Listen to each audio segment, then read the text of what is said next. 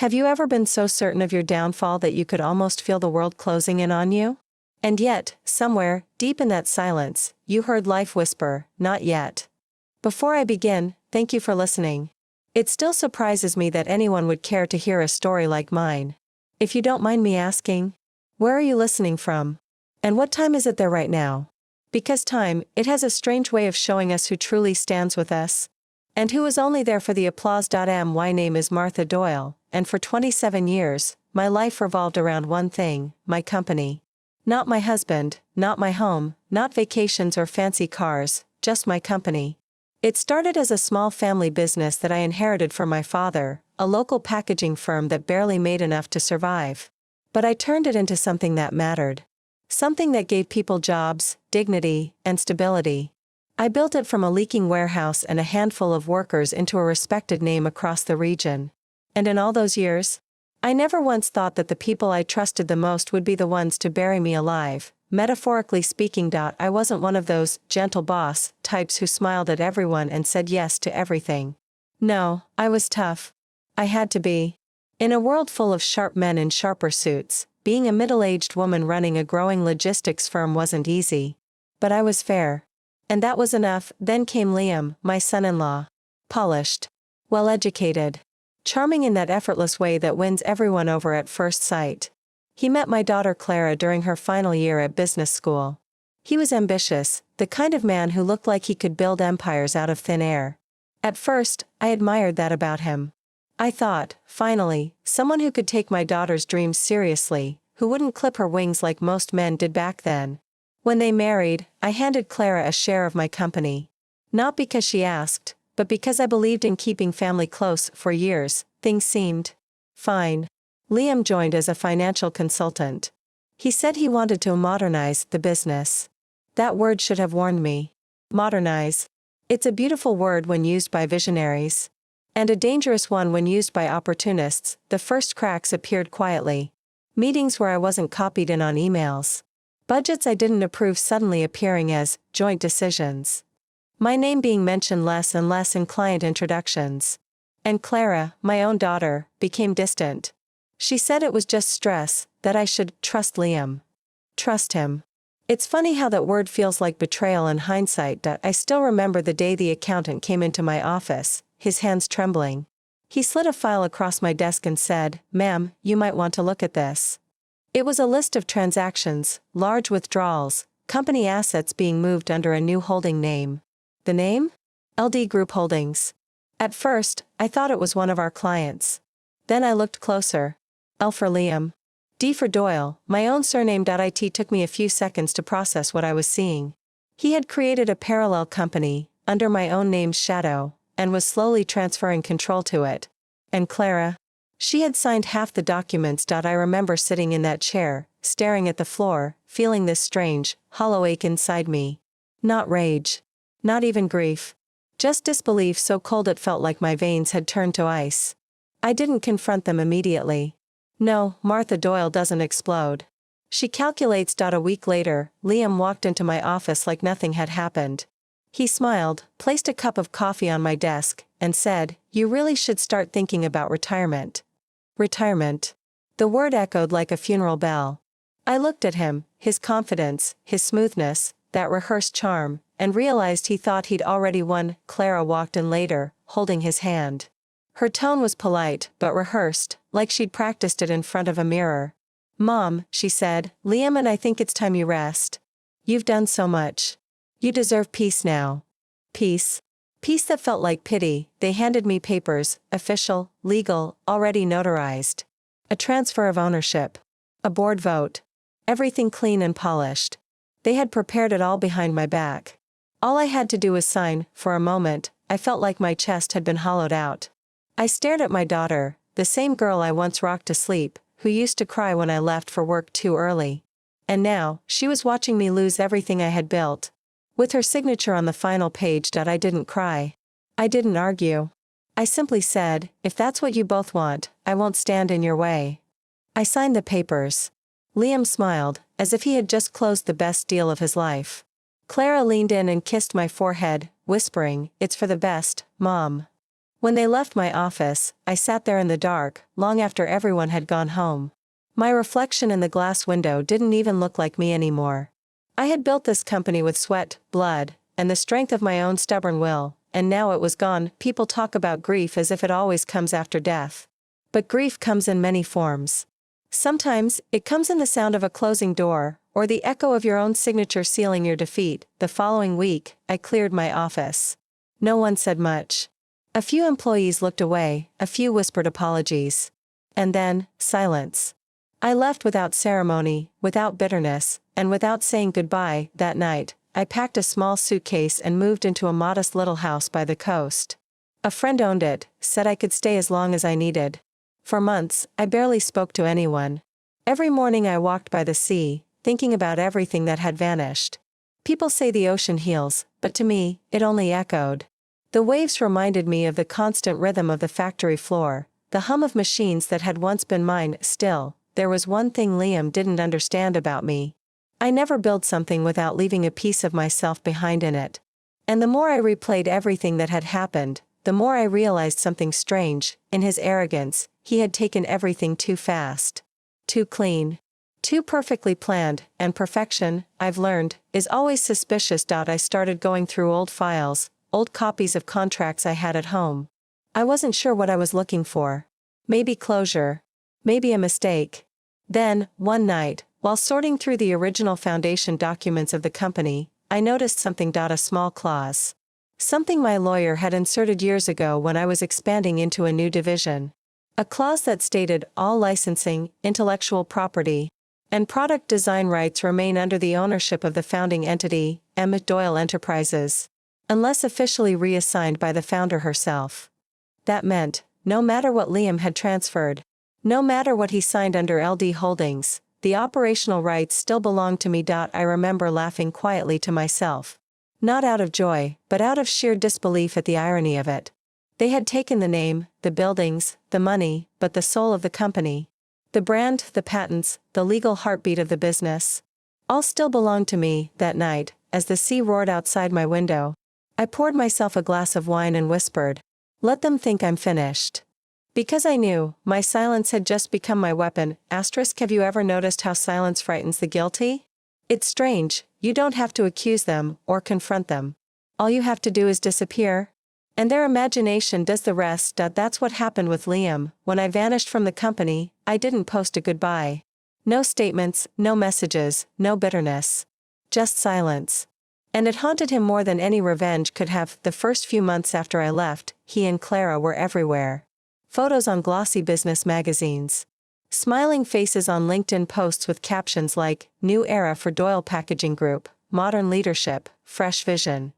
They even changed the logo. Everything that had once been mine, the textures, the typeface, the color, was now metallic blue and sterile white. But if you looked closely, you could see it. Behind the polished PR, something felt hollow. The thing about businesses built on betrayal, they look impressive from the outside, but inside, they're already rotting. I didn't need to make a single move. Time started doing the work for me. By late spring, their supply chain began to falter. Clients who had trusted my word for decades began to pull out. Suppliers delayed shipments, insisting on the old contract terms that were all tied legally to my entity, Martha Doyle Enterprises. And when Liam's team tried to replicate those agreements, lawyers stepped in. Every one of those contracts contained my name, not the company's. At first, they thought it was a technical error. Then confusion turned into panic. Without those rights, they couldn't manufacture, couldn't export, couldn't use the brand name legally, and guess who owned all those operational rights? Me. I still remember that morning vividly. It was early, foggy, the kind of morning where the world feels half asleep. My old assistant, Ellen, called. Her voice was half whisper, half disbelief. "Ma'am, you're not going to believe this. They've just called an emergency board meeting. Everything's frozen." I smiled softly, though I didn't say much. "Frozen?" I asked. "Yes," she said, "licenses, patents, even the trade routes. Every document points back to you.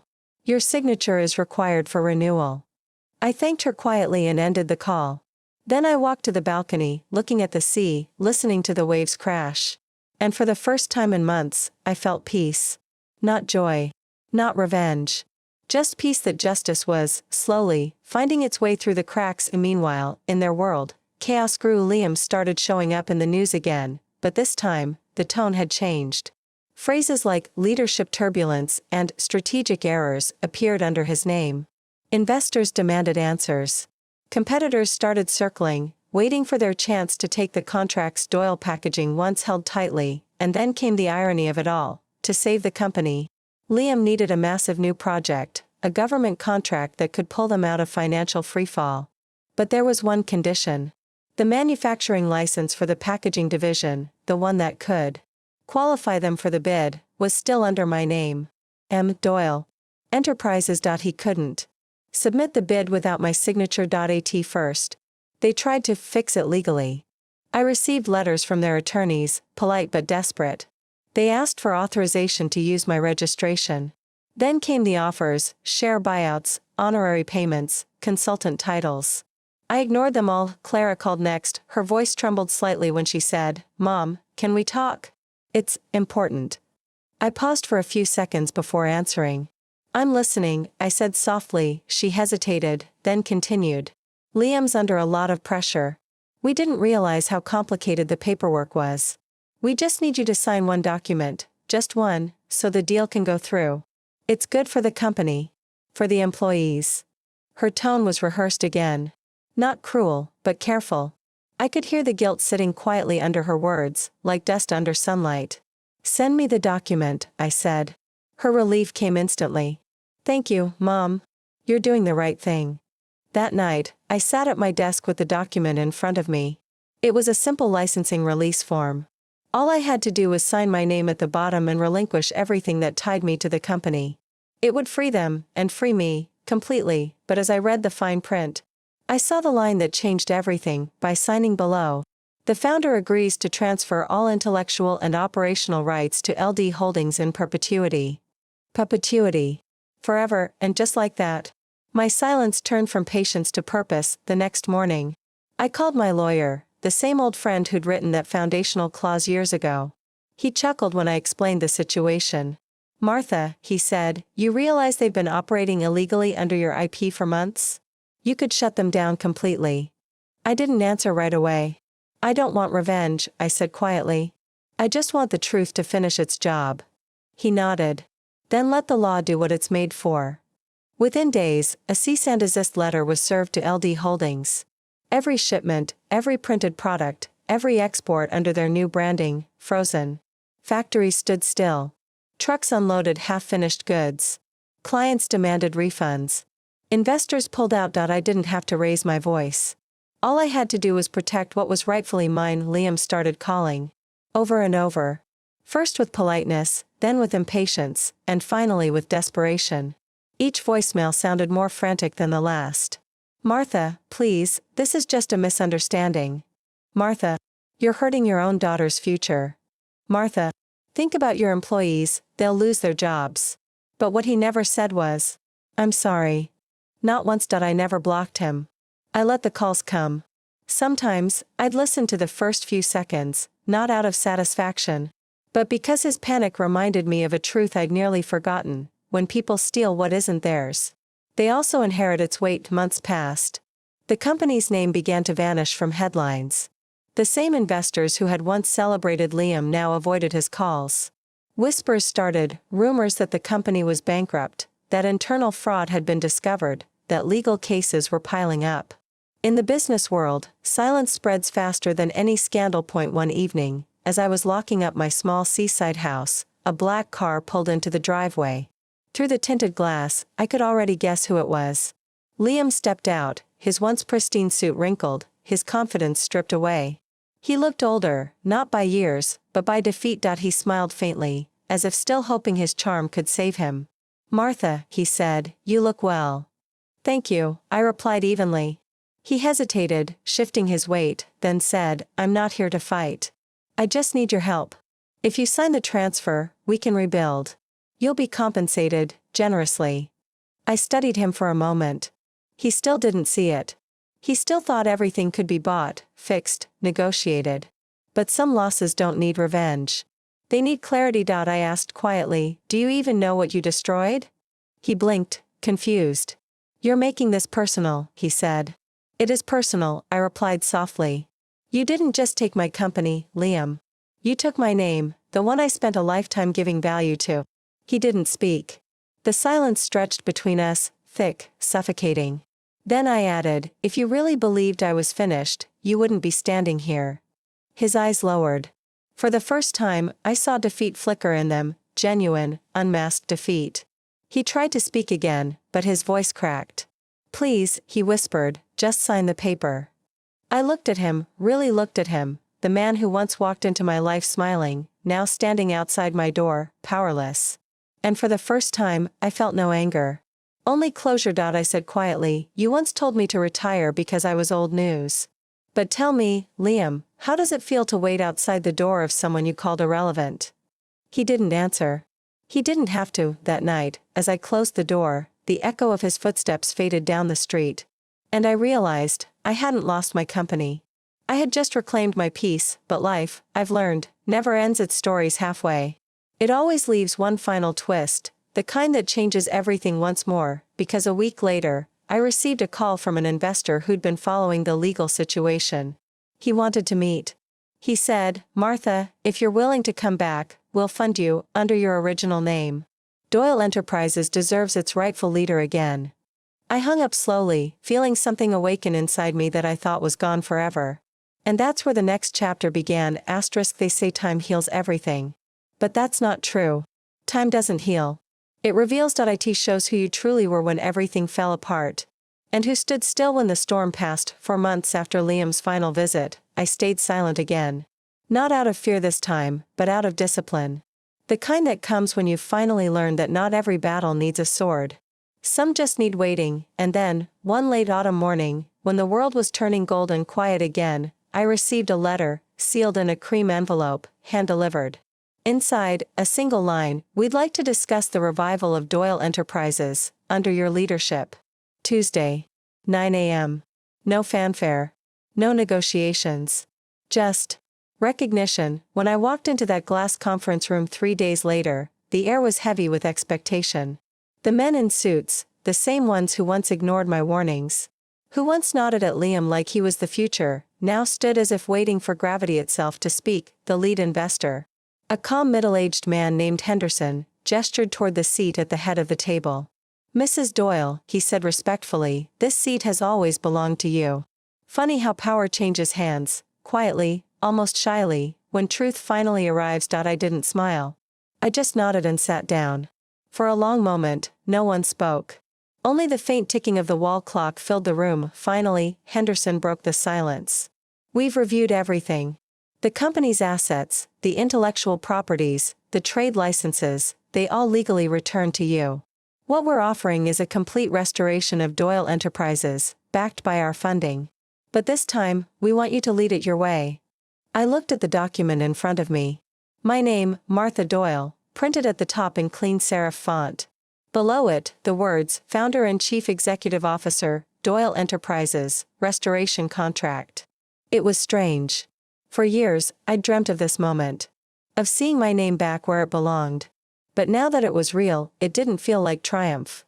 It felt, still, like the end of a very long, painful song. I ran my fingers over the paper slowly, remembering everything it took to reach this point, the factory floors I walked alone, the nights I stayed up running numbers, the betrayal that had once shattered me, and the silence that rebuilt me piece by piece. Mrs. Doyle?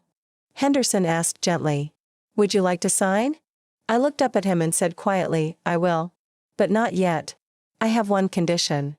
The room tensed. Condition? He repeated. Yes, I said, steady and calm. If Doyle Enterprises is to rise again, it won't rise from revenge. It'll rise from integrity. And that means everyone who helped destroy it must never walk through these doors again. He nodded slowly. Understood. And one more thing, I added, my voice softening. I want the company's profits for the first 2 years to go into a foundation, one that supports small female entrepreneurs. The ones like me, who were told they were too old, too soft, too late. There was a pause, the kind of silence that humbles a room. Then Henderson smiled. Consider it done. I took the pen and signed. The ink glided smoothly, almost effortlessly, across the paper. It wasn't just a signature. It was a resurrection, and just like that, Doyle Enterprises belonged to me again. The news spread quickly. Articles appeared with headlines like, "The Return of Martha Doyle, the woman who outsmarted her betrayers. The founder is back." But I didn't give interviews. I didn't need to. The silence had already told the story better than I ever could. Instead, I focused on rebuilding, quietly, deliberately. The new office was smaller, cleaner, humbler than before. No glass walls. No ego. Just work that mattered. I rehired some of the old team, the loyal ones who had left when Liam took over. I recognized their faces light up when they saw the new logo printed on the walls again. No metallic blue this time. Just the original deep green and gold, colors that breathed warmth instead of vanity, and somewhere deep down, I knew, this wasn't about reclaiming power anymore. It was about restoring meaning. Months later, one quiet afternoon, the receptionist buzzed. "Mrs. Doyle, someone's here to see you. Says it's urgent." I frowned slightly. "Who is it?" A pause. Then, softly, she said, "It's Mr. Liam Hayes." For a moment, I didn't move. His name echoed like an old chord in a forgotten song. I took a slow breath. "Send him in." He entered cautiously, older now, thinner, his eyes ringed with exhaustion. Gone was the confident grin. In its place, a man hollowed out by consequence. "Martha," he said quietly, "you look well." "I am," I replied. He hesitated, glancing around the modest but vibrant office, the life humming back into the brand he once buried. Then, with a sigh, he said, "I came to apologize." That word, apologize, it hung in the air, almost fragile. It took him years to find it. He sat across from me, his hands trembling slightly. "I thought I was smarter than you," he confessed. "I thought power meant winning at all costs. But you were right. The moment I took what wasn't mine, I lost everything that was." I didn't say a word. I just let him speak. "I can't fix what I did," he continued, "but if there's any way, any small way, I can help rebuild, I want to. Not for money. Just to make peace." I looked at him quietly for a long time. Then I said something that even surprised me. "Liam, I don't need your help rebuilding the company.